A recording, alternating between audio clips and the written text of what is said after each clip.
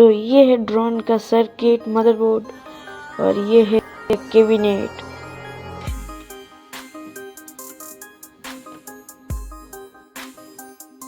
Bracelet आ रहे हैं bracelet.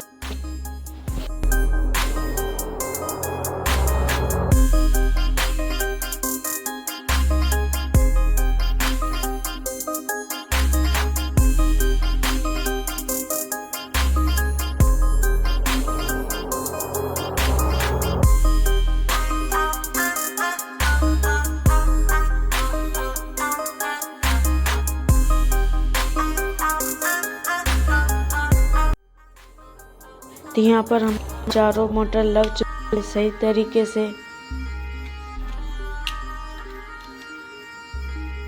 ये देखिए लगा है, और ये कनेक्टर पीछे का कनेक्टर, 2 कनेक्टर, और ये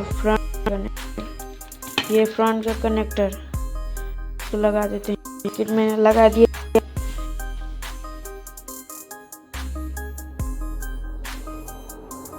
अब कनेक्टर को लगाते हैं। ये फ्रंट का कनेक्टर हमने लगा दिया है, ये देखिए।